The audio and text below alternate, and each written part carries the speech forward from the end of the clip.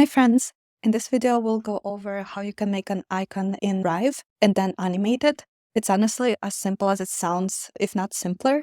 This is meant to be a very beginner-friendly video with the main goal to become familiar with the Rive interface, as well as come out with some sort of finished project in the end. So the icon I'll be making is this search icon, and the animation is just going to be this saddle bling. This video is going to be just for figuring out how to make this animation in Rive, but as a follow-up video, which I think is even more important, I'll go over how you can actually integrate this icon onto your website, and I'll just be using vanilla JavaScript for that.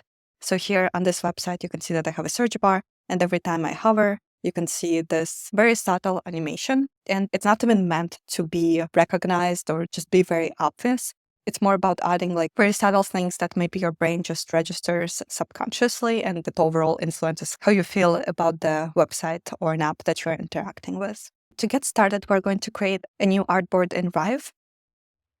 So it's going to be a very small one, just 24 by 24 pixels, because we are making a teeny tiny icon. For now, I'm going to set the overall fill to white. And the tools here work very similar to Figma. So I'm going to start with ellipse and make it 12 by 12. So unlike in Figma, here you have fills and strokes together in one section. I'm actually going to remove the fill and set the stroke to just black. And we'll also make the width slightly thicker to 1.5. And also while you're just coming up with your icon, make sure that you are on the design tab of Rive and not in the animate one. So the next thing I'm going to do is to make a handle. And I'll use a pen tool. You can also just click P. So I'll just make a small handle. And so by default, because we're making a line, it has a fill, but it's not visible. It's sort of one-dimensional. Here, again, I'm going to add a stroke and make it black. We can remove the fill. And I'm going to rotate this 45 degrees. Also adjust to 1.5 widths. And adjust the placement. And of course, also if you wanted to make the handle a little bit smaller, just make sure you're selected on the path. And then you click Edit Vertices. And then you can select this one. If you want to be very precise, you can just adjust it right here. The next thing that we're going to add here is this little bling that you'll see in the animation. I'm also going to be using a pen tool for that. And we'll want to add a stroke, remove the fill. Then we're going to, again, edit the vertices. And I'm still getting used to how this works here, so the overall goal is just to make it a little bit rounder. In the end, you should end up with something like this. And one thing that we can do here, especially if you're just learning or in general, if you are sharing a file with someone, it's always useful to name your parts. So this would be handle. This I would call magnifying glass part.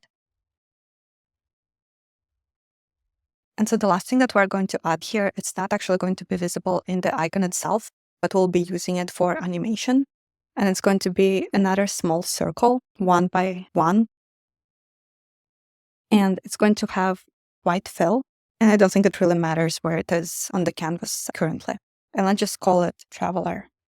And so the reason we need the circle is that when we go into the animate mode, we're going to bind this circle to the path of this line here. And this is how we're going to achieve our animation. Let's switch into animate mode. And we're just going to be using one timeline for this. So from here, make sure you have the Past Traveler layer selected. And we're going to go to Constraints and choose Follow Path. Then open Settings. You're going to choose Target. And the target is going to be this line here. So you click that, and you can see that our circle is right at the start of this path. From here, what you're going to do is for this distance thing, we're going to save this key. And as you can see, it appears here on the timeline. Then we're going to adjust our current point on the timeline depending on how long you want the animation to be. And of course, you can also adjust the length later. Then go back to our Past Traveler and make sure we have it selected. And we can adjust the distance to 100. So now when I play my timeline, you can see that it's traveling along the path. And if the animation is playing very fast, it's going to feel like it's a subtle, like sun reflection or a bling. There are a couple other things that we need to do here, is that right now it feels a little bit off because we can actually see the circle at the beginning and at the end of the animation. What we're going to do is adjust the transparency. So at the start, we want the circle to be fully transparent. And then as it starts traveling, we want to set it to 100. And then as it finishes, we want it to stay at 100 for most of the travel.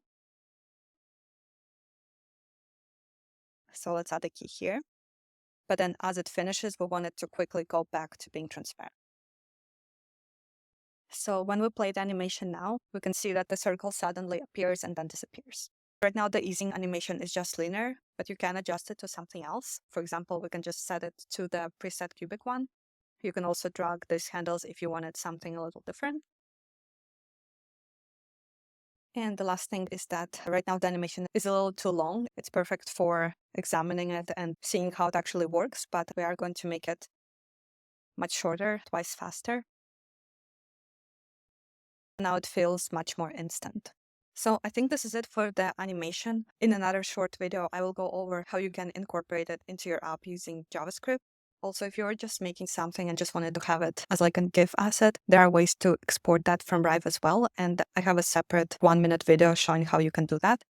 And the last thing I wanted to mention is that you don't have to draw your icons directly in Rive. You can actually copy paste from Figma as an SVG. So here, for example, let's say I had this icon in Figma. What I can do is copy as SVG and then paste in Rive, and it's going to upload under the Assets tab.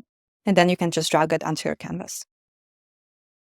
So yeah, that's it. Please let me know if you have any questions or if you would like to see more beginner Rive tutorials.